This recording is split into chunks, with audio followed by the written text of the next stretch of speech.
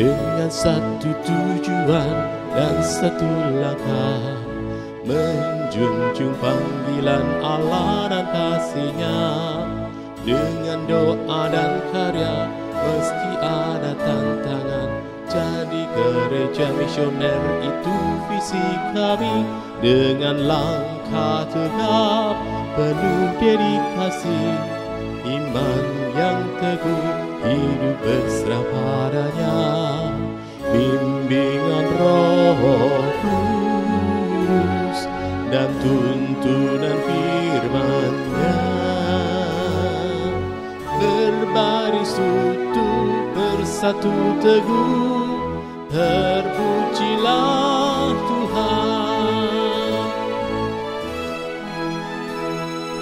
GPT Kristus Alfa Omega Ngasem, bersatu bersama bergandengan tangan, mewujudkan visi melalui misi, menjangkau dan memuridkan dan juga mengutus. Dengan langkah tegap penuh dedikasi, iman yang teguh, hidup berserah padanya. Bimbingan Roh Kudus dan tuntunan firman-Nya, berbaris utuh bersatu teguh, terpujilah Tuhan. Bersekutu dalam ibadah dan pengajaran, bertumbuh dalam kualitas dan kuantitas, berbagi dalam kasih persaudaraan. Itulah filosofi pelayanan kami. Dengan langkah tegap penuh dedikasi, iman yang teguh, hidup besar padanya. Bimbingan Roh Kudus dan tuntunan firman-Nya, berbaris utuh bersatu teguh, terpujilah Tuhan. Beranda artinya bertumbuh bersama Anda, kelompokan kecil yang penuh semangat, saling berbagi hidup, mengalami kuasa-Nya, rindu menjadi berkat Tuhan dimuliakan. Dengan langkah tegap penuh dedikasi, iman yang teguh, hidup besar padanya. Bimbingan Roh Kudus dan tuntunan firman-Nya, berbaris utuh bersatu teguh, terpujilah Tuhan.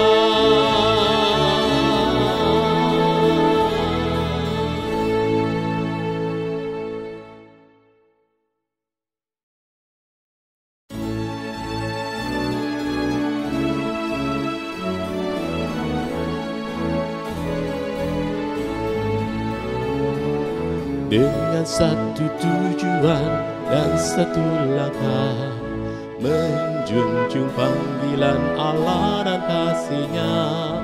Dengan doa dan karya meski ada tantangan, jadi gereja misioner itu visi kami.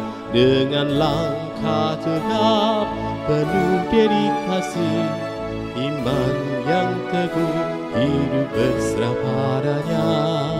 Bimbingan Roh Kudus dan tuntunan firman-Nya,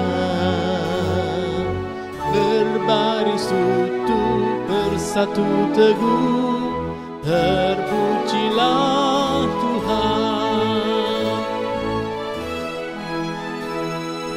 GPT Kristus Alfa Omega Ngasem, bersatu bersama bergandengan tangan, mewujudkan visi melalui misi, menjangkau dan memuridkan dan juga mengutus dengan langkah tegap penuh dedikasi, iman yang teguh, hidup berserah padanya, bimbingan Roh Kudus dan tuntunan firman-Nya, berbaris utuh bersatu teguh, terpujilah Tuhan.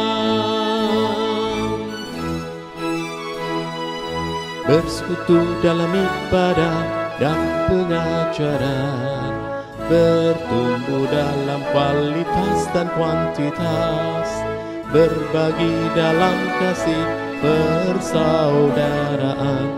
Itulah filosofi pelayanan kami, dengan langkah tegap penuh dedikasi, iman yang teguh, hidup besar padanya, bimbingan Roh Kudus dan tuntunan firman-Nya, berbaris utuh bersatu teguh, terpujilah Tuhan. Beranda artinya bertumbuh bersama Anda, kelompokan kecil yang penuh semangat, saling berbagi hidup, mengalami kuasa-Nya, rindu menjadi berkat Tuhan dimuliakan, dengan langkah tegap penuh dedikasi, iman yang teguh, hidup besar padanya, bimbingan Roh Kudus dan tuntunan firman-Nya,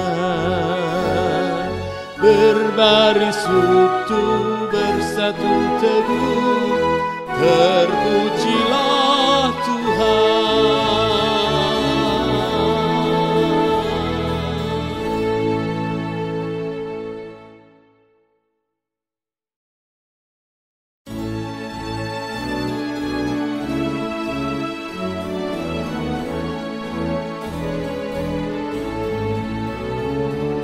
Dengan satu tujuan dan satu langkah, menjunjung panggilan Allah dan kasih-Nya, dengan doa dan karya meski ada tantangan, jadi gereja misioner itu visi kami, dengan langkah tegap penuh dedikasi, iman yang teguh, hidup berserah padanya, bimbingan Roh Kudus dan tuntunan firman-Nya,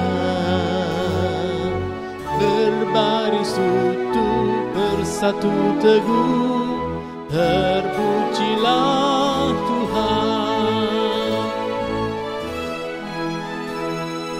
GPT Kristus Alfa Omega ngasih, bersatu bersama bergandengan tangan, mewujudkan visi melalui misi, menjangkau dan memuridkan dan juga mengutus dengan langkah tegap penuh dedikasi, iman yang teguh, hidup berserah padanya, bimbingan Roh Kudus dan tuntunan firman-Nya, berbaris utuh bersatu teguh, terpujilah Tuhan. Bersekutu dalam ibadah dan pengajaran, bertumbuh dalam kualitas dan kuantitas, berbagi dalam kasih persaudaraan. Itulah filosofi pelayanan kami, dengan langkah tegap penuh dedikasi, iman yang teguh, hidup besar padanya, bimbingan Roh Kudus dan tuntunan firman-Nya. Berbaris utuh bersatu teguh, terpujilah Tuhan. Beranda artinya bertumbuh bersama Anda, kelompokan kecil yang penuh semangat, saling berbagi hidup, mengalami kuasa-Nya, rindu menjadi berkat. Tuhan dimuliakan dengan langkah tegap, penuh dedikasi, iman yang teguh, hidup besar padanya. Bimbingan Roh Kudus dan tuntunan firman-Nya. Berbaris utuh bersatu teguh, terpujilah Tuhan.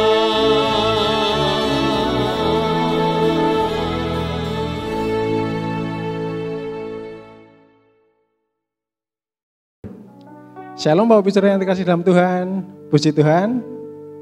Mari kita bersama-sama datang kepada Tuhan. Pada saat ini kita bersyukur kita punya Tuhan yang luar biasa.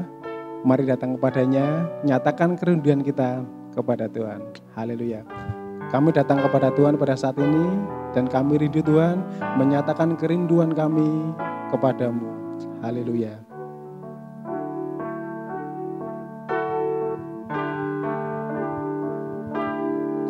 Jiwaku merindukanmu, ya Allah yang hidup.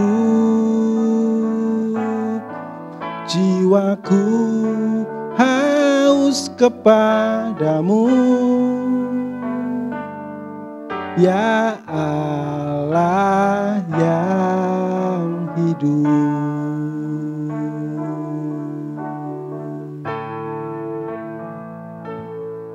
Jiwaku merindukanmu, ya Allah yang hidup. Jiwaku haus kepadamu,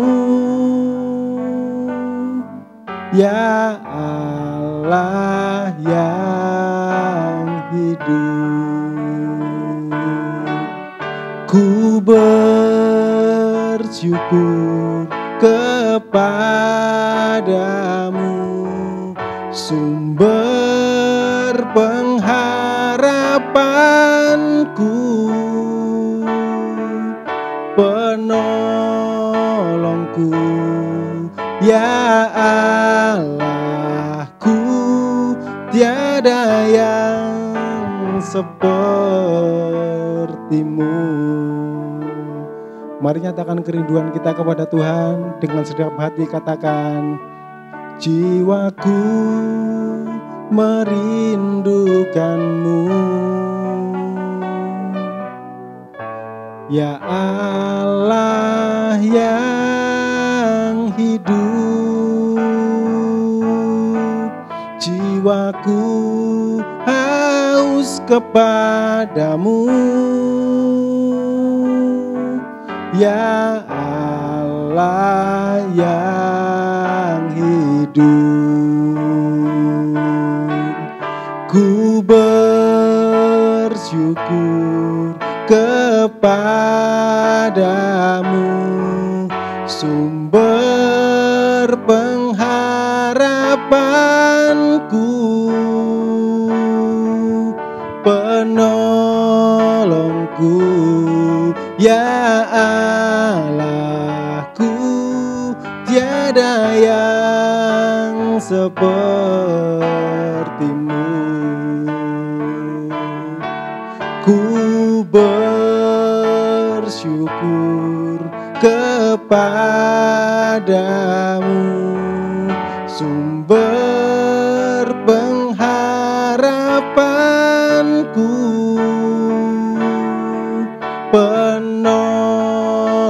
penolongku, ya Allahku, tiada yang sepertimu. Katakan lagi, ku bersyukur kepadamu, sumber pengharapanku, penolongku, ya Allahku, tiada yang sepertimu.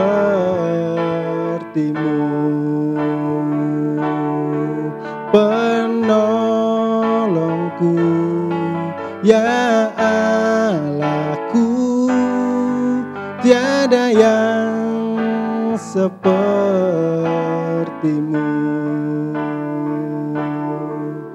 Penolongku, ya Allahku, tiada yang sepertimu. Kami bersyukur punya Tuhan yang luar biasa, Tuhan yang menjadi penolong kami dan pelindung serta penyelamat kami Tuhan. Terima kasih Tuhan, kalau pada saat ini kami boleh datang kepada Tuhan untuk memuji, menyembah Tuhan, dan kami membawa doa dan permohonan kami Tuhan di hadapan-Mu Tuhan. Terima kasih Yesus, terima kasih. Kami percaya Engkau hadir di tengah-tengah kami pada saat ini. Dan pada saat ini kami siap mendengarkan apa yang menjadi kerinduan Tuhan bagi kami. Dan kami juga rindu membawa setiap permohonan kami di hadapan-Mu. Terima kasih, kami bersyukur di dalam nama Tuhan Yesus. Haleluya, amin. Waktu saya serahkan kepada hamba Tuhan yang akan menyampaikan firman-Nya. Mari kita berdoa. Bapa kami dalam surga, sungguh kami bersyukur, secara fisik kami lelah, secara psikis pun kami lelah, kami capek. Tapi kami bersyukur Engkau ada bersama dengan kami. Itu sebabnya kami datang menyerahkan segala kelelahan kami ke dalam tangan-Mu, termasuk beban-beban kami. Kami bersyukur kalau kami boleh memuji Engkau walaupun dalam kondisi terbatas, namun kami boleh menyempatkan diri untuk mengagungkan nama-Mu dan sebentar kami akan mendengarkan firman-Mu. Engkau berbicara kepada kami, berikan pada kami kemampuan untuk menerima setiap butir-butir firman-Mu yang kami dengar. Kami bersyukur, kami mohon Roh Kudus ambil alih pemberitaan firman-Mu ini. Kami bersyukur dan kami berdoa dalam nama-Mu Tuhan Yesus. Haleluya. Amin. Shalom. Puji Tuhan Bapak Ibu Saudaraku, saya harapkan kita tetap bersukacita, damai sejahtera, menguasai setiap hati kita dan pikiran kita. Kita tetap bersemangat karena Tuhan ada bersama dengan saudara dan saya. Puji Tuhan. Tema kita dalam doa malam ini adalah pemeliharaan Tuhan. Seringkali saya berbicara tentang pemeliharaan Tuhan. Dalam hal ini providensia Allah yang lalu kita sudah belajar bagaimana pengalaman Mordekai, Esther, pengalaman Ayub, bagaimana Tuhan memelihara. Nah hari ini kita akan belajar dari kehidupan Yusuf. Kita akan coba melakukan refleksi dari pengalaman hidup Yusuf yang diproses yang begitu luar biasa. Puji Tuhan. Bapak saudaraku, kita akan menyoroti Kejadian pasal 40 ayat 1 sampai dengan Kejadian pasal 41 sampai dengan ayat 57. Tentu ayat-ayat ini tidak semuanya kita baca. Nah saudara, kita melihat hidup memang tidak lepas dari masalah. Seringkali kita melihat masalah itu sebagai krisis. Nah saudara, krisis itu merupakan keadaan yang memang kita akui berbahaya. Keadaan yang sangat gawat, sangat genting, bisa juga disebut dengan kemelut atau keadaan yang suram. Saudaraku, Alkitab mencatat 90% perjalanan hidup manusia itu digambarkan berada dalam kondisi krisis. Berarti krisis itu adalah warna dari kehidupan manusia di dunia ini. Krisis hidup bukan keadaan yang ideal bagi kita sebagai manusia. Namun krisis itu sebenarnya dibutuhkan oleh kita. Nah saudara, kalau kita melihat Alkitab, kitab suci kita, sangat menekankan bahwa Allah kita itu adalah Allah yang berdaulat, Tuhan yang berdaulat. Karena itu kita perlu tunduk di bawah otoritasnya Allah. Kita tunduk di bawah otoritas kuasa Allah. Tapi ada satu hal yang perlu kita mengerti, yang perlu kita pahami, Allah kita juga adalah pencipta dan pemelihara. Nah saudara, karena itu sebagai orang-orang percaya kepada Tuhan Yesus, iman kita kepada Tuhan Yesus tidak tergantung kepada sikon, tidak bergantung kepada situasi atau kondisi. Ya, segala sesuatu dapat berubah. Masalah dapat menerpa setiap orang percaya. Kita tidak bisa menghindar. Berarti kita harus hadapi setiap problem, masalah yang kita hadapi. Saudara, mungkin saat-saat ini kita sedang mengalami sebuah masalah. Kita sedang diperhadapkan dengan kekhawatiran akan masa depan kita. Pertanyaannya adalah, apakah kita masih memiliki pengharapan dalam hidup kita? Dan apa yang menjadi dasar dari pengharapan kita? Tidak ada apapun atau siapapun yang bisa kita pegang, yang bisa kita andalkan dalam dunia ini. Walaupun dia orang punya potensi, punya kekayaan, punya kekuatan, punya jabatan. Karena manusia sehebat apapun punya keterbatasan. Karena itu kita jangan andalkan kekuatan manusia. Kita akan kecewa, kita akan frustasi. Nah hari ini kita akan belajar tentang pemeliharaan Tuhan dari kehidupan Yusuf. Dalam perjanjian lama cerita tentang Yusuf sungguh-sungguh menarik. Dan hidup, karena apa? Karena kisahnya benar-benar terjadi. Jadi ini bukan mitos, bukan hikayat, tapi kisah sejati yang benar terjadi, diperkirakan itu terjadi pada tahun 1700 before Christ atau sebelum Masehi. Nah kalau kita lihat dalam kitab Kejadian, hidup Yusuf itu dibagi menjadi 3 masa. Pertama, Yusuf anak yang paling dikasihi oleh Bapak Yakub. Anak yang paling dicintai oleh ayahnya. Dia memiliki apa yang tidak dimiliki oleh saudaranya. Jubah yang indah, kehormatan dan kemuliaan. Dia menikmati kasih sayang dari bapaknya. Bahkan juga ibunya yang tidak pernah dinikmati oleh saudaranya. Kita bisa lihat dalam Kejadian pasal 37 ayat yang ketiga. Masa yang kedua, dia dibuang. Ya, tadinya mau dibunuh. Kakaknya yang tertua Ruben melarang. Ya, lalu dijual oleh saudaranya seharga berapa? 20 sikal perak. 20 keping perak dijual sebagai budak. Kita bisa lihat dalam Kejadian 37 ayat 28. Masa yang ketiga, dia menjadi juru selamat, penolong.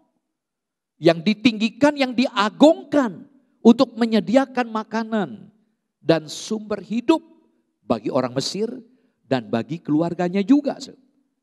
Nah, mari kita lihat Kejadian pasal 37 ayat 3 sampai dengan ayat yang keempat.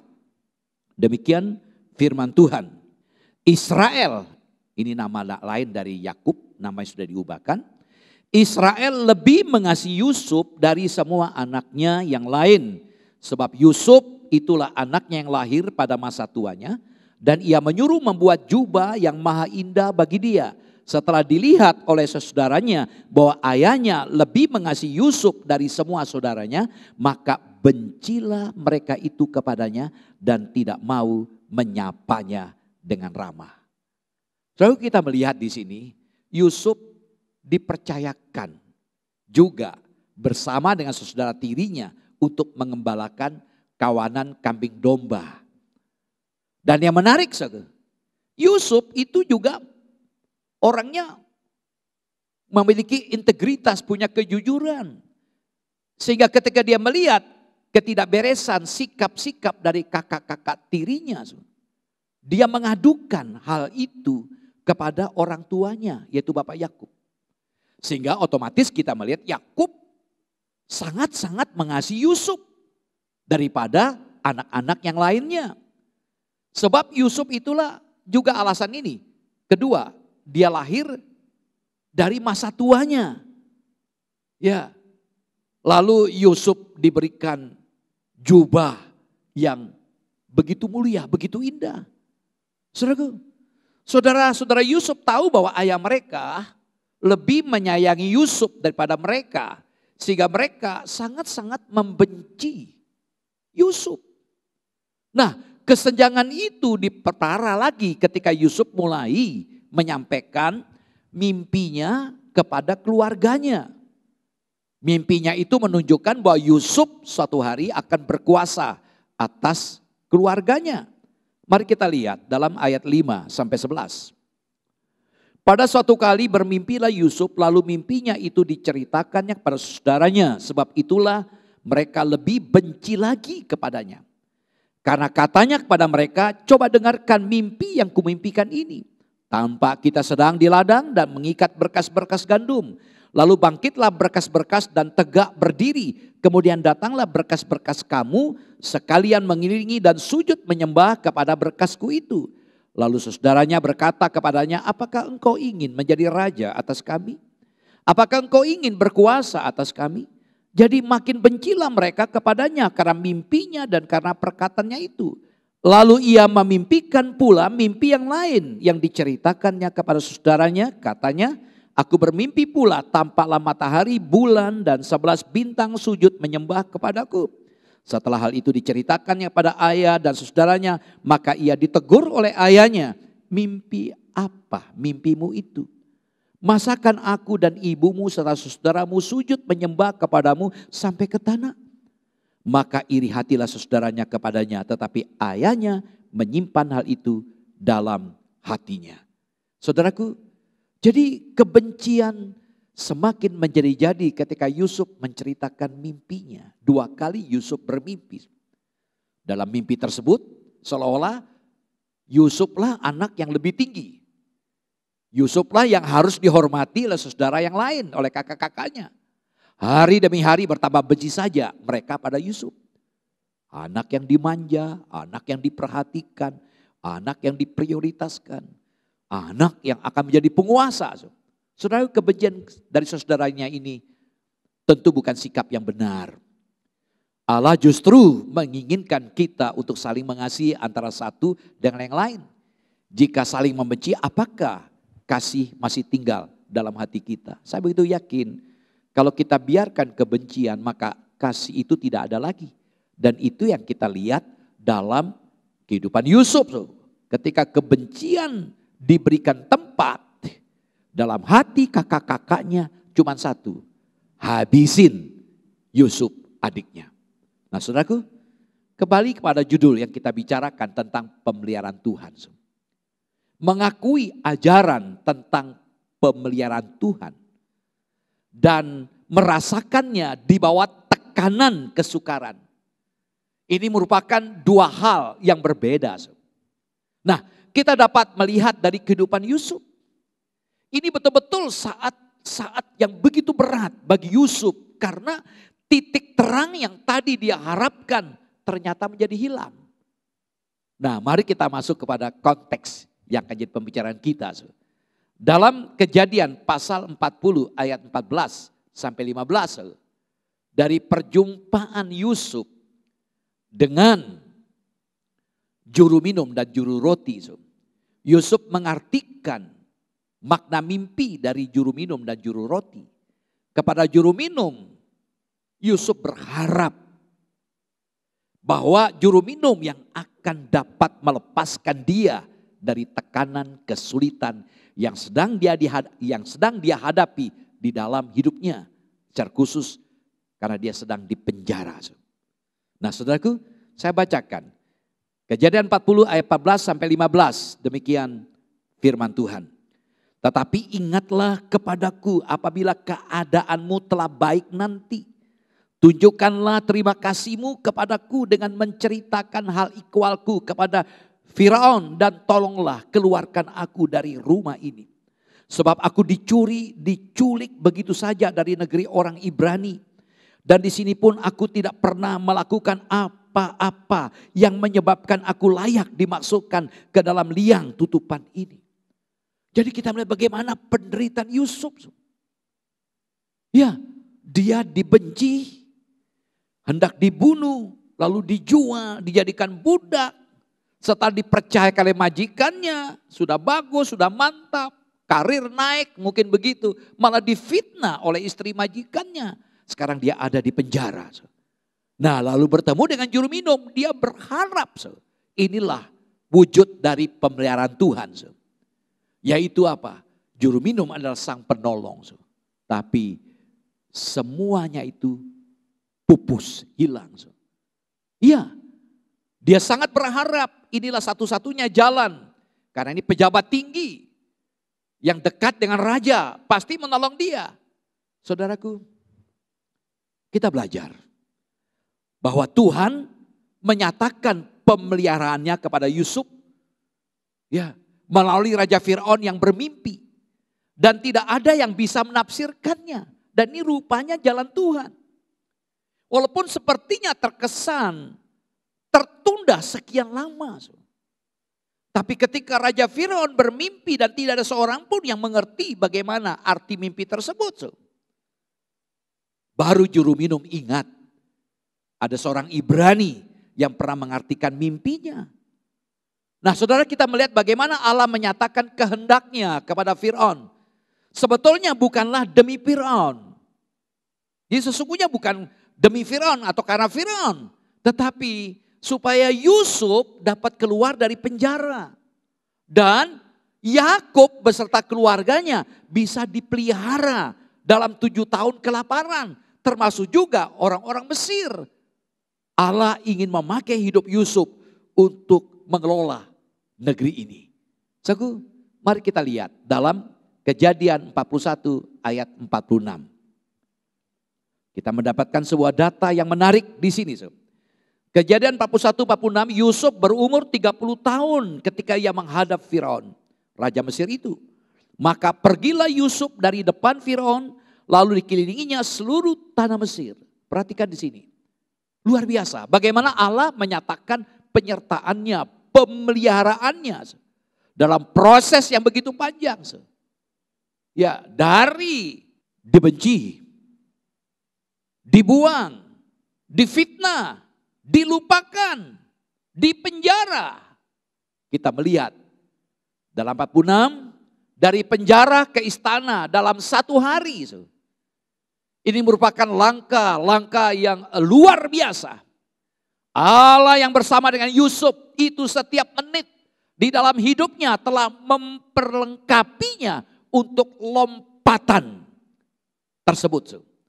Selanjutnya kita melihat Firaun memberikan sebuah nama Mesir untuk Yusuf. Mari kita baca. Saya bacakan ayat 43. Lalu Firaun menyuruh menaikkan Yusuf dalam keretanya yang kedua dan berserulah orang di hadapan Yusuf, hormat. Demikianlah Yusuf dilantik oleh Firaun menjadi kuasa atas seluruh tanah Mesir. Berkatalah Firaun kepada Yusuf, akulah Firaun. Tetapi dengan tidak setaumu seorang pun tidak boleh bergerak di seluruh tanah Mesir. Lalu Firaun menamai Yusuf Sapnat Paanea serta memberikan Asnat anak Potifera imam di On kepadanya menjadi istrinya. Demikianlah Yusuf muncul sebagai kuasa atas seluruh tanah Mesir. Kejadian 41 ayat 50.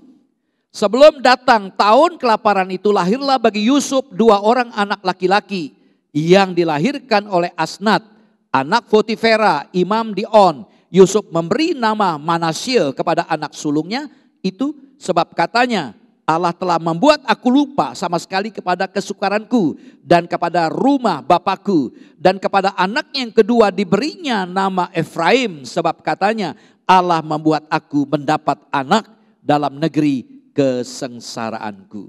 Puji Tuhan. Jadi kita melihat Yusuf setelah mengartikan mimpi Fir'aun. Selanjutnya Fir'aun melantik dia menjadi orang kedua setelah Fir'aun. Kuasa otoritas diberikan kepada dia. Orang lain tidak punya wewenang. Dia yang dipercayakan sebagai Perdana Menteri. Lalu selanjutnya Raja Fir'aun memberikan sebuah nama Mesir untuk Yusuf. Sabnat Paaneah. Yang dalam bahasa Kupti menurut sejumlah sarjana itu berarti seorang pengungkap rahasia. Atau orang yang kepadanya diungkapkan rahasia. Dari ayat tadi kita melihat Fir'aun juga memberikan seorang istri kepadanya bernama Asnat. Seorang gadis yang berasal dari keluarga imam. Luar biasa. Sebuah kehormatan. Yaitu putri dari pangeran atau imam di On. Sebuah kota budaya dan agama yang terletak sekitar 7 mil di utara Kairo. Pusat penyembahan matahari. Ini sebuah kehormatan. Kalau lihat konteksnya. Yusuf dari seorang budak, narapidana. Diangkat jadi Perdana Menteri. Diberikan istri dari seorang yang luar biasa. Imam. Artinya lewat Asnat. Yusuf memiliki 2 orang anak. Yang bernama Manasye dan Efraim. Lalu beberapa tahun kemudian anak-anak ini akan diadopsi secara resmi.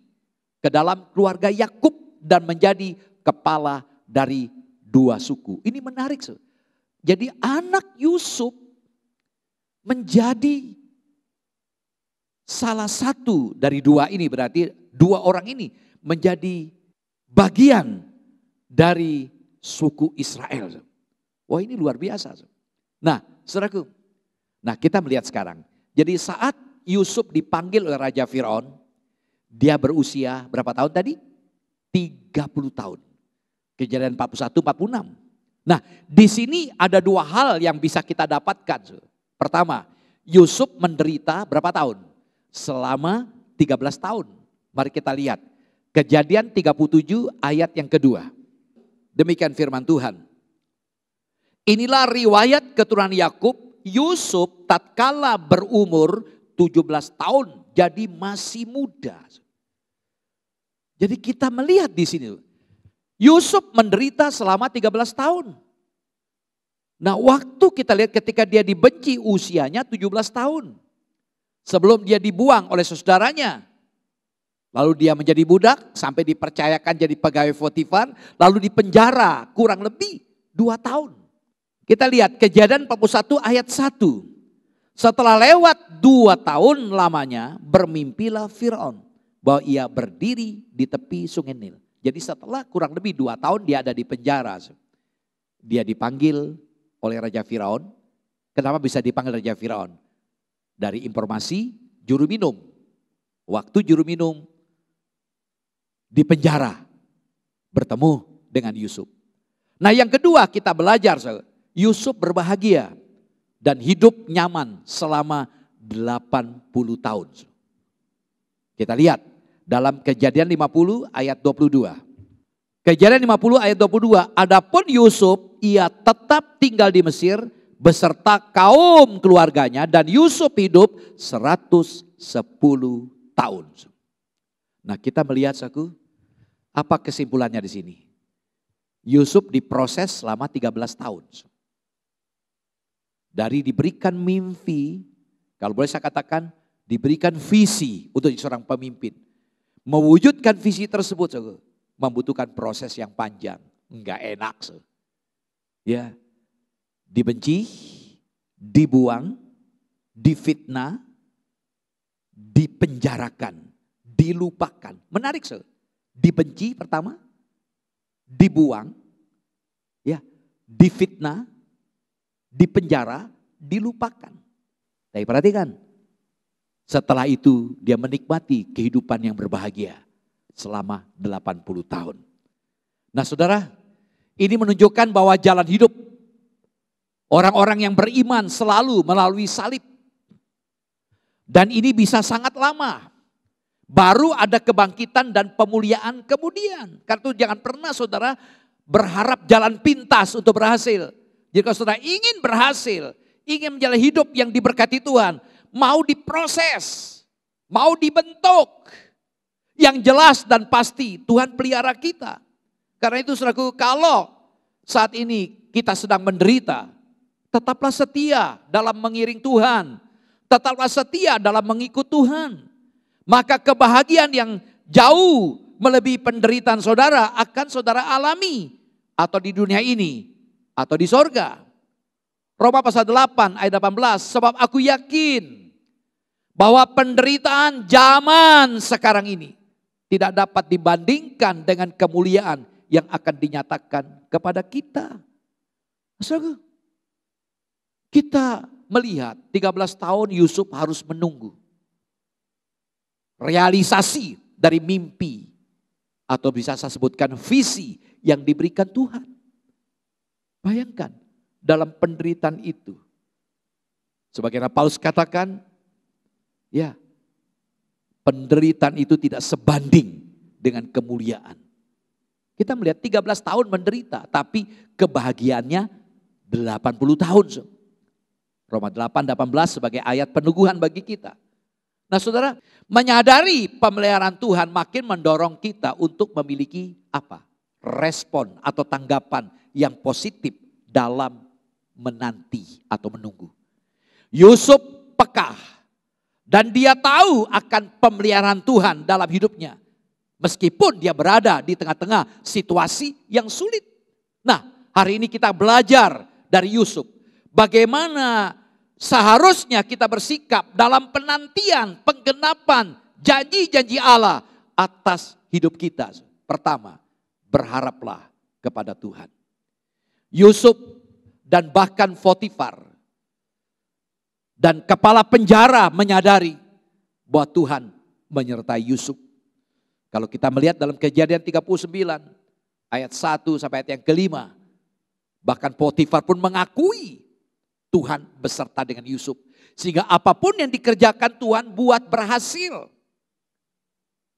Bahkan di penjara pun kepala penjara melihat apa yang dikerjakan Yusuf luar biasa. Sehingga Yusuf dipercayakan di penjara. Ini luar biasa. Dipercayakan oleh Potifar, dipercayakan oleh kepala penjara. Karena apa? Karena Tuhan menyatakan penyertaannya. Mari kita lihat dalam Kejadian 40 ayat 1 sampai 4. Sesudah semuanya itu terjadilah bahwa juru minuman Raja Mesir dan juru rotinya membuat kesalahan terhadap tuannya Raja Mesir itu. Maka murkalah Firaun kepada kedua pegawai istananya, kepala juru minuman dan kepala juru roti itu. Ia menahan mereka dalam rumah kepala pengawal raja dalam penjara tempat Yusuf dikurung. Kepala pengawal raja menempatkan Yusuf bersama-sama dengan mereka untuk melayani mereka. Demikianlah mereka ditahan beberapa waktu lamanya. Kita melihat ada satu titik terang yang mungkin Yusuf tidak tahu. Dua orang terdekat dari raja dijebloskan di penjara. Dalam penjara itulah Yusuf bertemu dengan juru minuman dan juru roti. Kenapa? Karena juru minuman dan juru roti Firaun berbuat kesalahan. Sehingga mereka dimasukkan, dijebloskan ke penjara bersama dengan Yusuf. Dan Yusuf harus melayani mereka. Dan mereka berdua sama-sama bermimpi pada malam yang sama. Kita lihat dalam Kejadian 40 ayat yang kelima. Pada suatu kali bermimpilah mereka keduanya. Baik juru minuman maupun juru roti Raja Mesir yang ditahan dalam penjara itu. Masing-masing ada mimpinya pada satu malam juga. Dan mimpi masing-masing itu ada artinya sendiri. Nah saudaraku, dari hal itu kita melihat mereka curhat, berbagi kepada Yusuf tentang mimpinya mereka itu. Kita lompat ayat yang ke-8. Kejadian 40 ayat yang ke-8. Jawab mereka kepadanya, kami bermimpi, tetapi tidak ada orang yang dapat mengartikannya. Lalu kata Yusuf kepada mereka, bukankah Allah yang menerangkan arti mimpi? Ceritakanlah kiranya mimpimu itu kepadaku. Dari ayat kita bisa melihat, juru minum dan juru roti mengatakan bahwa tidak ada orang yang dapat menafsirkan mimpi mereka. Lalu Yusuf berkata, bukankah Allah yang menerangkan arti mimpi? Perhatikan pernyataan Yusuf. Lalu kata Yusuf pada mereka, ayat 8 tadi, bukankah Allah yang menerangkan arti mimpi? Dalam penjara, Yusuf masih ingat nama Allah. Dia jauh dari orang tua yang pernah mendidik dia. Dia ada di tengah bangsa yang tidak mengenal Allah. Dalam kondisi itu ketika juru minum dan juru roti bermimpi, dia menyatakan sebuah pernyataan, bukankah Allah yang menerangkan arti mimpi? Di tengah-tengah kegalauan dua pejabat ini, karena tidak ada seorang pun yang dapat mengartikan, Yusuf membawa nama Allah. Allah sanggup mengartikan itu. Kalau kita bandingkan dalam Kejadian 41 ayat 16. Ketika Yusuf berhadapan dengan Fir'aun. Fir'aun mengatakan bahwa tidak ada seorang pun yang dapat mengartikan mimpi. Lalu apa kata Yusuf kepada Raja Fir'aun? Kejadian 41 ayat yang ke-16. Yusuf menyaut Fir'aun, bukankah sekali-kali aku, melainkan Allah juga yang akan memberitakan kesejahteraan kepada tuanku Fir'aun. Kita melihat ketika Yusuf berhadapan dengan Raja Fir'aun, dia berkata, Allah yang akan memberitakan kesejahteraan kepada tuanku Fir'aun. Artinya dari dua ayat ini, Kejadian 40 ayat 8 dan Kejadian 41 ayat 16, Yusuf membawa nama Allah. Saudara, Yusuf walaupun di penjara dia masih ingat Tuhan. Dalam kondisi dia sedang menderita, dalam kondisi dia sedang bergumul dengan hidupnya, dia tidak mengabaikan Tuhan. Dia tetap ingat nama Allah. Artinya Yusuf bukan orang yang suka meratapi nasibnya. Dia bukan orang yang suka menangisi diri dan meratapi keadaannya. Tapi Yusuf ketika dia mengungkapkan nama Allah, memberikan pemahaman bahwa Yusuf terus berharap kepada Tuhan. Nah, kita belajar dari Daud sebagai contoh, referensi, perbandingan. Dalam 1 Samuel pasal 30 ayat 6, dalam kondisi terjepit, ancaman yang begitu berat dihadapi oleh Daud. Karena sikap para pengikutnya. 1 Samuel 30 ayat 6 mengatakan, dan Daud sangat terjepit. Karena rakyat mengatakan hendak melempari dia dengan batu. Seluruh rakyat itu telah pedih hati masing-masing karena anaknya laki-laki dan perempuan. Tetapi Daud menguatkan kepercayaannya kepada Tuhan Allahnya. Luar biasa. Dalam kondisi Daud sudah tidak bisa berbuat apa-apa. Daud mengambil sebuah keputusan. Hanya Tuhan. Karena itu dia minta Tuhan ambil alih. Dia menguatkan keyakinannya kepada Tuhan. Dia tidak mau melihat keadaannya membuat dia tidak berdaya. Nah saudaraku, apa yang dapat kita pelajari sini? Bahwa tidak pernah ada satu perkara yang Tuhan izinkan terjadi tanpa maksud baik dari Tuhan. Kejadian-kejadian buruk sekalipun dapat menjadi alat Tuhan untuk membawa kita kembali kepada Tuhan. Sebab itu peliharalah sikap bersandar penuh kepada Tuhan. Jangan mengandalkan pikiran kita sendiri. Jangan mengandalkan kekuatan kita. Jangan mengandalkan kehebatan kita. Dan lebih dari itu, kita belajar taat secara totalitas, secara penuh kepada firman Tuhan. Yaitu apa? Pertolongan Tuhan yang luar biasa. Ya, kita percaya bahwa Tuhan kita adalah Tuhan yang omnipoten, maha kuasa. Dan juga Tuhan yang maha hadir, omnipresent, maha ada. Dan Tuhan omniscient, maha tahu, luar biasa. Dia selalu ada, hadir, dan tahu persis, maha tahu, bahkan maha kuasa. Artinya Tuhan itu tidak dapat dibatasi, Tuhan tak terbatas. Karena itu kita harus percaya dan berharap terus kepadanya. Ini yang perlu kita pelajari. Dalam kondisi apapun kita sadar, Tuhan itu ada dan Dia mampu menolong kita. Nah, karena itu selalu harus dikaitkan, dihubungkan antara harapan kepada Tuhan dan menanti.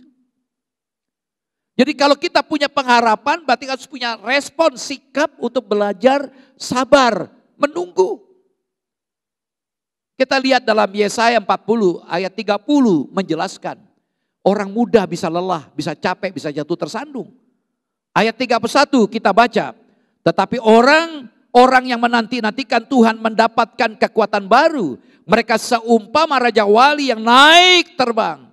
Dengan kekuatan sayapnya, mereka berlari dan tidak menjadi lesu. Mereka berjalan dan tidak menjadi lelah. Saudara, menanti merupakan hal yang paling sulit, yang paling susah. Kita punya kecenderungan tidak sabar untuk menunggu. Kita selalu tidak sabar. Kata menanti dalam ayat ini, dari kata Ibrani kafah, artinya menanti dengan penuh keyakinan. Menanti dengan penuh iman. Sehingga kita mengikat diri dengan Tuhan yang kuat.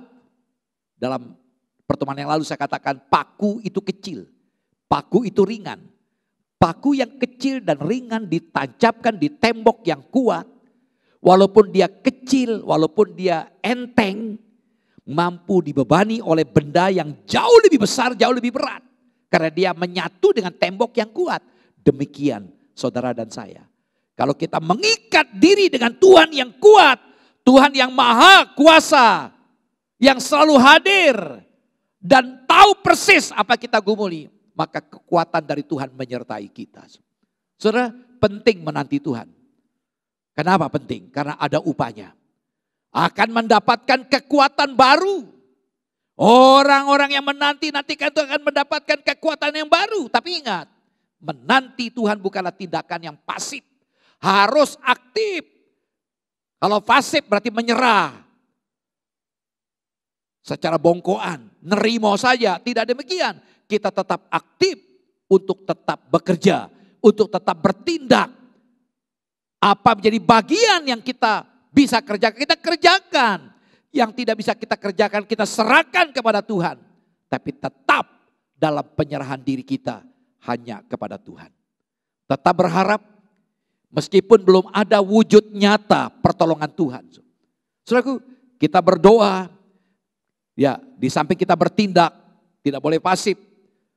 Yang menjadi bagian kita, kita kerjakan. Ada 3 orang yang sedang ada dalam kamp konsentrasi, mereka berdiskusi. Ya, dengan seseorang. Mereka setelah keluar dari kamp konsentrasi, tubuh mereka begitu kurus. Tinggal kulit membungkus tulang. Begitu kayak mayat yang berjalan. Dan ketiganya ditanya. Tentara, mereka 3 tentara yang pernah ditahan. Ditanya si A, kamu kenapa bisa bertahan hidup pada kondisimu seperti ini? Dia berkata, saya punya pengharapan. Keluar dari penjara ini, saya akan membesarkan anak saya yang abnormal, idiot. Saya punya beban dengan anak yang saya paling cintai. Saya akan pelihara membesarkan anak saya. Lalu tentara yang kedua.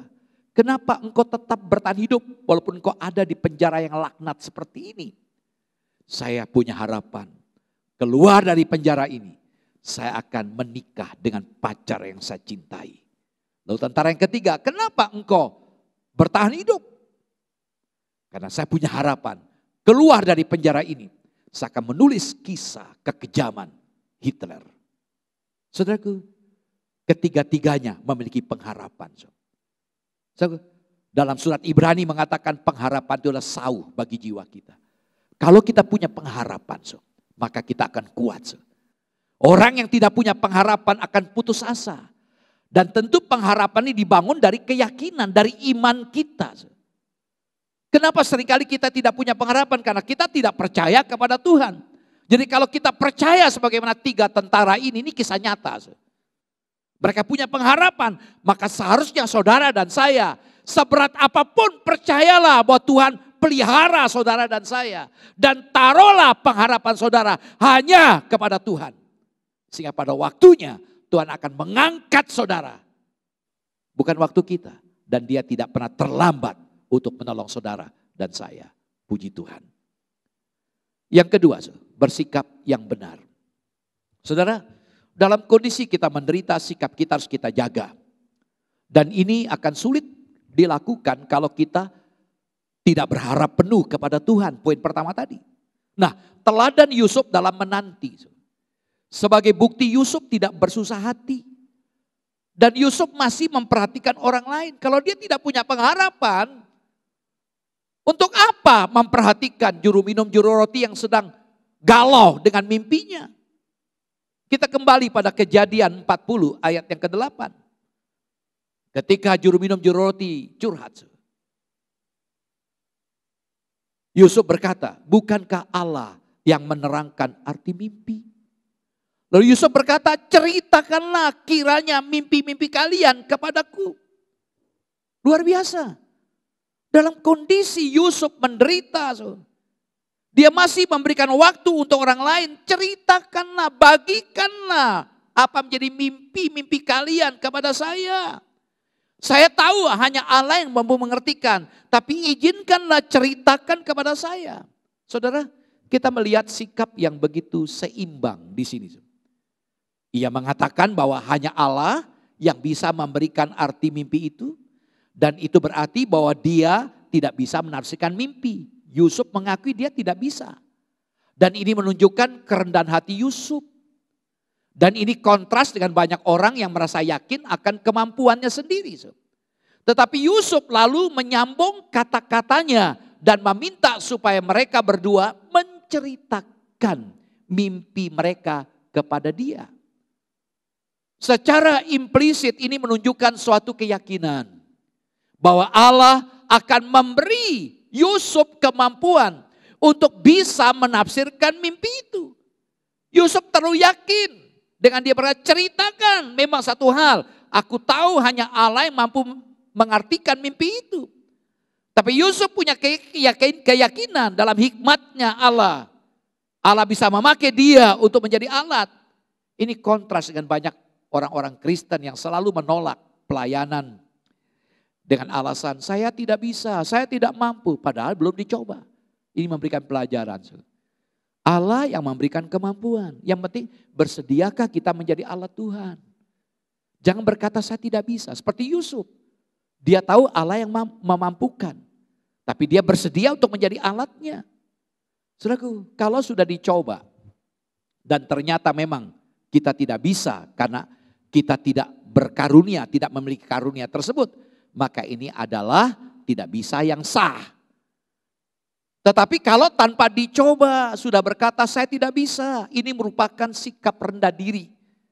Orang-orang yang tidak beriman. Yusuf mendengarkan kisah juru minum dan juru roti. Lalu dia pun mengartikan mimpi itu. Namun itu semua bukan karena kehebatannya. Tetapi Allah yang menyingkapkan, yang mengungkapkan arti mimpi tersebut. Setelah diartikannya mimpi itu Yusuf berpesan. Tadi kita sudah baca ayat 14, Kejadian 40 ayat 14. Tetapi ingatlah kepadaku kalau keadaanmu telah baik. Yusuf berkata ingat aku ya kalau kamu sudah kembali ke posisimu nanti di istana. Yusuf berharap banget kepada juru minum. Dari ayat ini ada kesan bisa kita lihat bahwa Yusuf tidak betah berada di penjara. Tetapi yang menarik ia tidak bermuram durja dan berhati kesal. Saudara, sebagai contoh ketika saya masih aktif melayani di penjara. Saya mengajak para narapidana menyanyikan pujian, sinar kemuliaan-Mu Bapa.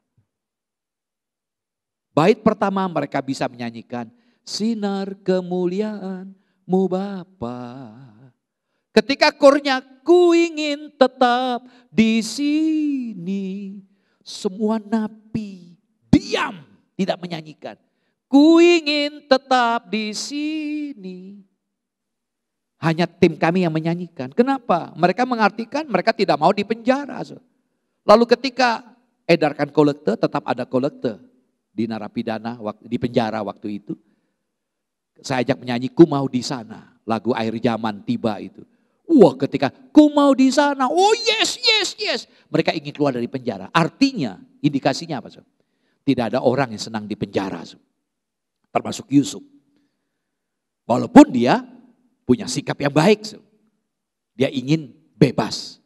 Nah, kita lihat dalam Kejadian 40 ayat 6 sampai 7. Kejadian 40 ayat 6 sampai 7.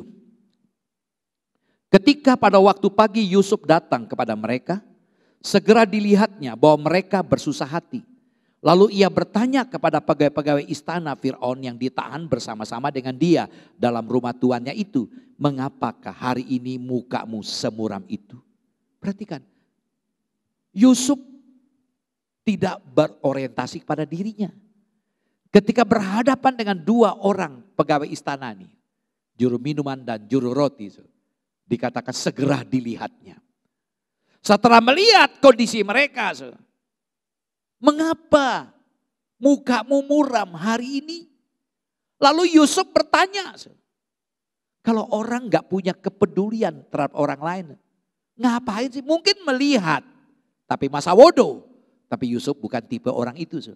Setelah melihat dua orang tersebut mukanya muram, dia bertanya, mengapa hari ini mukamu semuram itu? Ini artinya Yusuf tidak memusatkan dirinya. Dia tidak fokus kepada dirinya sendiri yang sedang susah juga. Yang tidak betah di penjara. Dia tidak egois, dia tidak mementingkan dirinya sendiri. Nah sekarang bagaimana saudara dan saya? Jujur, seringkali dalam kondisi yang sulit. Kita ingin diperhatikan. Kita ingin dilayani. Kita ingin dibantu, ditolong. Bisakah dalam kondisi sulit kita juga belajar mengabaikan diri kita untuk kepentingan orang lain? Di kondisi COVID ini kita belajar untuk memperhatikan orang lain. Dan itu yang saya coba lakukan dalam kondisi ini. Paling dah hal yang kecil-kecil. Saya mencari informasi bagaimana jemaat bisa divaksin. Saya coba menghubungi beberapa, cari sarana-sarana. Ya walaupun saya sendiri sedang susah. Saya sendiri sedang mengalami kesulitan. Mari saudaraku kita mau belajar. Milikilah sikap yang benar di saat kita sedang bergumul. Karena kita percaya bahwa Tuhan pelihara kita. Yang ketiga, bekerja dengan sepenuh hati. Yusuf bukan hanya berharap kepada Tuhan. Yang kedua, dia bukan hanya memperhatikan orang lain punya sikap yang benar. Tapi dia bekerja dengan sepenuh hati. Saudaraku, Yusuf melakukan apa yang dia bisa lakukan dalam penantian. Kalau kita melihat dalam Kejadian 39 ayat 1 sampai 6 di rumah Potifar. Atau ketika dia ada di penjara, Kejadian 39 ayat 22-23. Yusuf tetap bekerja. Dia anak yang dimanja, anak yang diperhatikan. Dia tetap bekerja sebagai budak di rumah majikannya Potifar. Sehingga majikannya melihat, wah Yusuf luar biasa. Dia berhasil, sehingga Yusuf dipercayakan. Lalu ketika dia ada di penjara, dia punya alasan sakit hati, kenapa difitnah. Dia dituduh memperkosa istri majikannya, padahal istri majikannya mau ngajak yang tidak benar. Sehingga dia lari menghindar, malah difitnah. Dia punya alasan untuk marah, protes. Bahkan kepada Tuhan. Yusuf enggak. Di penjara pun dia tetap bekerja. Yusuf tetap bekerja dan melakukan tanggung jawabnya. Saudaraku, ini hal yang menarik. Dalam kesulitan pun kita ditantang untuk jadi pribadi yang bertanggung jawab. Tuhan tidak pernah memberikan tanggung jawab yang lebih besar kalau kita tidak dapat melakukan apa yang sedang Tuhan percayakan kepada kita.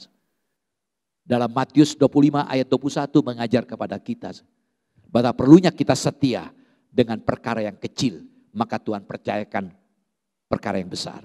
Saya bacakan Matius 25 ayat 21. Maka kata tuannya itu kepadanya, baik sekali perbuatanmu itu, hai hambaku yang baik dan setia. Engkau telah setia dalam perkara kecil, aku akan memberikan padamu tanggung jawab dalam perkara besar. Masuklah dan turutilah dalam kebahagiaan Tuhanmu.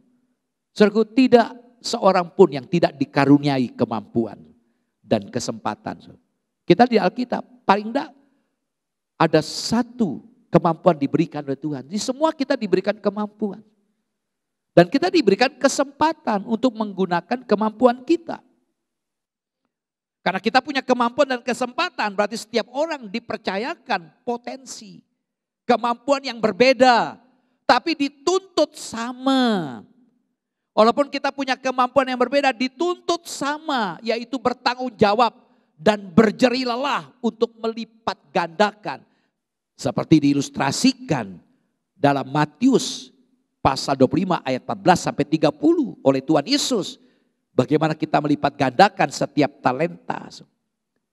Gunakan kesempatan dan kemampuan dengan sebaik-baiknya.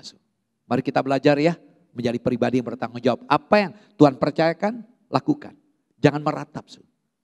Ini yang seringkali kelemahan kita. Dalam kondisi kesulitan, kita tidak buat apa-apa. Kita lebih cenderung meratapi nasib. Kita mengeluh. Mari kita kreatif. Kita punya potensi. Apa bisa kita lakukan? Lakukan itu. Begitu banyak kita melihat di tengah-tengah COVID ini. Orang-orang yang berhasil. Dalam kondisi kepicikan. Karena dia merasa sudah tidak mampu mengerjakan apa yang biasa dikerjakan. Dia coba mengalihkan haluan cara kerjanya. Dan dibuat berhasil. Begitu banyak orang kreatif. Yang tadinya tidak pernah menyinggung tentang makanan. Buat makanan. Lewat makanan dia jual. Membuat dia sukses. Saudaraku, yang Tuhan inginkan, kita punya kemampuan, kerjakan kemampuan itu dalam kesempatan. Jangan meratapi nasib, jadi pribadi yang bertanggung jawab.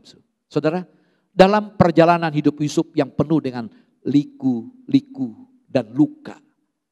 Yusuf dikecewakan oleh banyak orang, dijual oleh saudaranya sendiri, dia difitnah dan dijebloskan ke dalam penjara, serta dilupakan oleh orang yang ditolongnya.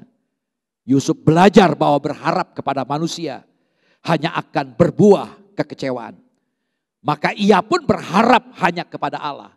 2 tahun kemudian, Kejadian 41 ayat 1, ia menjadi penguasa di Mesir.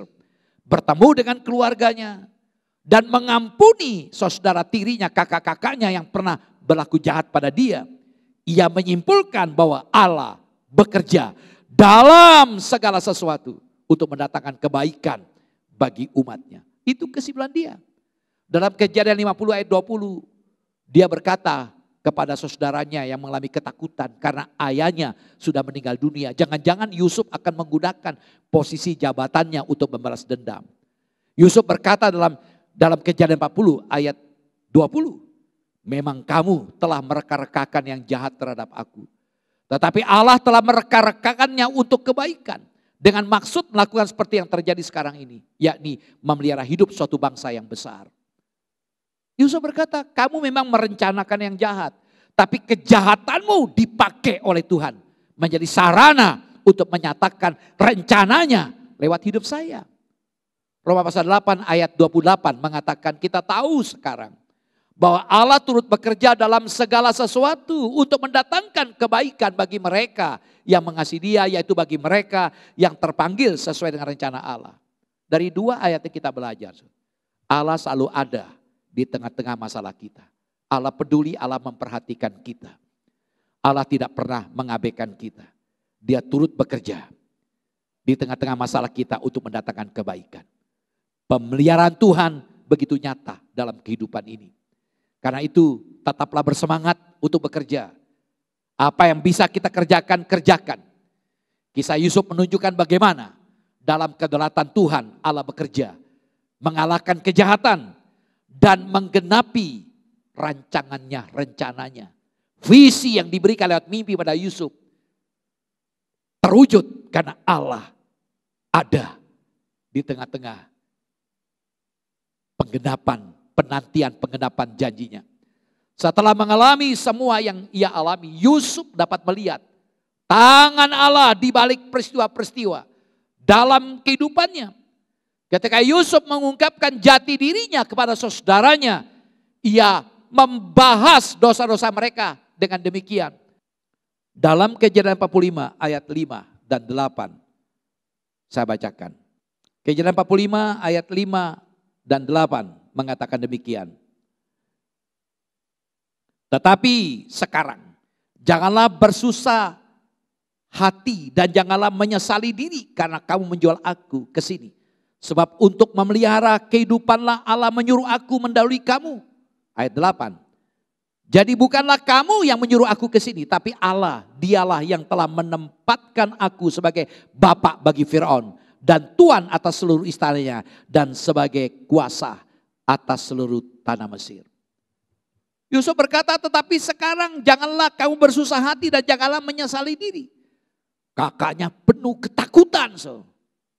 Jangan Yusuf membalas segala kejahatan mereka. Yusuf berkata, tidak demikian kakak. Allah yang menyuruh aku ke sini. Artinya Allah memakai kejahatan kakak-kakak itu untuk menjadi alat. Kalau saya tidak diperlakukan oleh kakak seperti itu, saya tidak akan sampai ke Mesir. Ini perlu kita pahami. Kadang-kadang kejahatan orang itu menjadi alat Tuhan untuk kita. Walaupun kita tidak suka. Lalu kemudian kita melihat Yusuf menghibur kakak-kakaknya, termasuk adiknya Benyamin, dengan memberikan pengampunan dan berkata, dalam Kejadian 50 ayat 20 tadi, memang kamu sudah merencanakan yang jahat terhadap aku. Tapi Allah sudah merencanakan yang baik untuk kebaikan kita. Saudaraku, maksud terjahat manusia tidak mungkin menggagalkan rancangan sempurna Allah. Rencana Allah tidak dapat digagalkan. Allah yang merencanakan selalu punya cara untuk menggenapkan rencananya. Mungkin ada situasi dan kondisi yang menyedihkan dalam kehidupan saudara dan saya. Dan dalam kehidupan Yusuf. Namun seperti yang kita pelajari, dengan tetap berlaku setia dan berserah kepada Allah yang memegang kendali, kontrol, kita dapat yakin bahwa Allah akan menghargai kesetiaan kita pada waktunya. Saudaraku, dalam menantikan apapun juga, dan dalam situasi sesulit apapun yang kita hadapi saat ini, saudara, kita terus belajar untuk mengenal Tuhan. Tuhan yang selalu ada beserta dengan kita. Tuhan yang maha tahu, Tuhan yang maha kuasa, Tuhan yang maha hadir. Percayalah kepada pemeliharaan Tuhan. Percayalah kepada kuasanya yang tidak dapat dibatasi oleh keadaan apapun. Dan melakukan apa menjadi tanggung jawab kita pada saat penantian ini. Kita tetap menggunakan setiap potensi kemampuan kita dengan penuh tanggung jawab. Dengan hati yang benar, hati yang lapang dan penuh ucapan syukur bahwa Tuhan itu baik pada saudara dan saya. Saudara, saat dirundung masalah, pengharapan kita tetap kepada Tuhan. Bukan pada orang yang pernah kita tolong. Manusia cenderung lupa dan mengingkari janjinya, namun Tuhan tidak pernah melupakan janjinya. Karena itu berharaplah kepada Tuhan. Saudara, menaruh harap kepada manusia seringkali berbuah kekecewaan. Karena itu marilah kita berpaut kuat hanya kepada Allah yang terpercaya.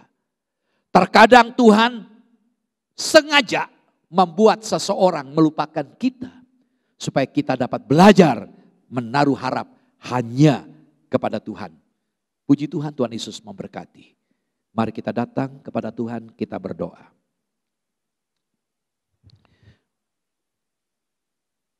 Saudara, mungkin hari-hari ini saudara meragukan lagi kemampuan Tuhan. Saudara merasa aku sudah gagal dan gagal dan gagal. Tidak mungkin. Semua rencana saudara anggap hancur semuanya. Dengarkan, Yusuf pernah berada dalam kondisi yang tidak enak. Waktu yang begitu panjang 13 tahun. Di dalam sekejap Tuhan menghantarkan kepada dia untuk menggenapi janjinya lewat mimpi yang pernah diberikan. Mari saudaraku, jangan batasi Tuhan dengan cara berpikir saudara. Percayakanlah hidup saudara kepada Tuhan. Dengan berharap kepada Dia, hanya Dia yang bisa kita harapkan. Karena Dialah andalan utama. Yang kedua, tunjukkanlah sikap kita. Belajar melayani orang lain, belajar memperhatikan orang lain. Yang ketiga, belajar bertanggung jawab. Gunakan setiap potensi kemampuan kita. Mari kita berdoa. Bapa, terima kasih buat firman-Mu. Terima kasih buat apa yang Kau lakukan, Kau kerjakan bagi kami. Terima kasih buat peneguhan yang Kau berikan lewat kami. Melalui firman-Mu yang luar biasa. Kami rindu pengalaman Yusuf menjadi pengalaman kami Tuhan. Bagaimana Tuhan bisa mengubah setiap kehidupan kami. Mampukan kami untuk tetap kuat. Tidak berorientasi kepada problem kami. Kami boleh belajar memandang Engkau. Atas segala pergumulan kami yang kami hadapi. Kami tidak melupakan Engkau. Karena Engkau selalu ada bersama dengan kami. Kuatkan dan teguhkan setiap hati kami. Biarlah iman kami tetap percaya kepada Engkau. Meteraikanlah kebenaran-Mu. Mampukan kami terus menerjemahkan apa yang sudah kami dengar melalui hamba-Mu. Terima kasih. Kami terus berdoa untuk jemaat Tuhan. Apapun pergumulan mereka, apapun kesulitan mereka, Tuhan tolong. Engkau melihat masalah-masalah, harapan-harapan mereka. Baik masalah keluarga, masalah pekerjaan, ekonomi, keuangan. Masalah pendidikan anak-anak. Masalah kesehatan, Tuhan kami perlu Engkau. Angkat setiap kami dalam hadirat-Mu. Sehingga kami tetap percaya bahwa Engkau sanggup menolong kami. Teguhkan setiap kami. Terima kasih Bapa. Kami serahkan seluruh jemaat-Mu. Engkau melihat keadaan mereka. Engkau jamah mereka dalam nama-Mu Yesus. Berkati gereja-Mu. Berkati rencana kami untuk beribadah. Secara onsite tatap muka.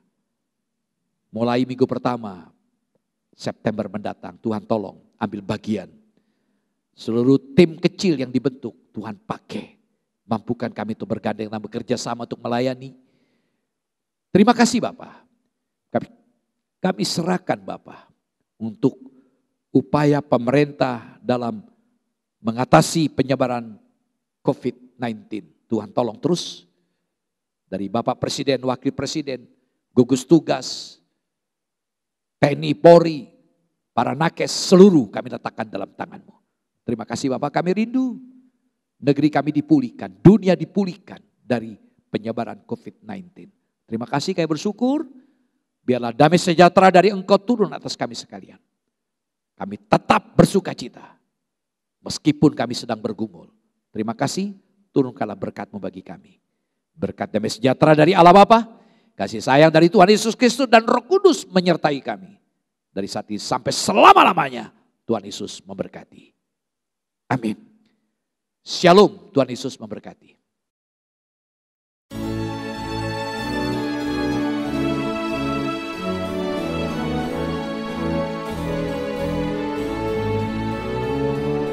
Dengan satu tujuan dan satu langkah, menjunjung panggilan Allah dan kasih-Nya. Dengan doa dan karya meski ada tantangan, jadi gereja misioner itu visi kami. Dengan langkah tegap penuh dedikasi, iman yang teguh, hidup berserah padanya.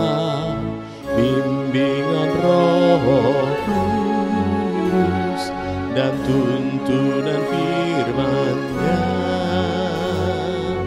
berbaris utuh, bersatu teguh, terpujilah Tuhan. GPT Kristus Alfa Omega ngesel, bersatu bersama bergandengan tangan, mewujudkan visi melalui misi, menjangkau dan memuridkan dan juga mengutus dengan langkah tegap, penuh dedikasi, iman yang teguh, hidup besar padanya, bimbingan Roh Kudus dan tuntunan firman-Nya, berbaris utuh bersatu teguh, terpujilah Tuhan. Bersekutu dalam ibadah dan pengajaran, bertumbuh dalam kualitas dan kuantitas, berbagi dalam kasih persaudaraan. Itulah filosofi pelayanan kami, dengan langkah tegap, penuh dedikasi, iman yang teguh, hidup besar padanya, bimbingan Roh Kudus dan tuntunan firman-Nya, berbaris utuh bersatu teguh, terpujilah Tuhan. Beranda artinya bertumbuh bersama Anda, kelompokan kecil yang penuh semangat, saling berbagi hidup, mengalami kuasa-Nya, rindu menjadi berkat Tuhan dimuliakan, dengan langkah tegap, penuh dedikasi, iman yang teguh, hidup besar padanya, bimbingan Roh Kudus dan tuntunan firman-Nya, berbaris utuh bersatu teguh, terpujilah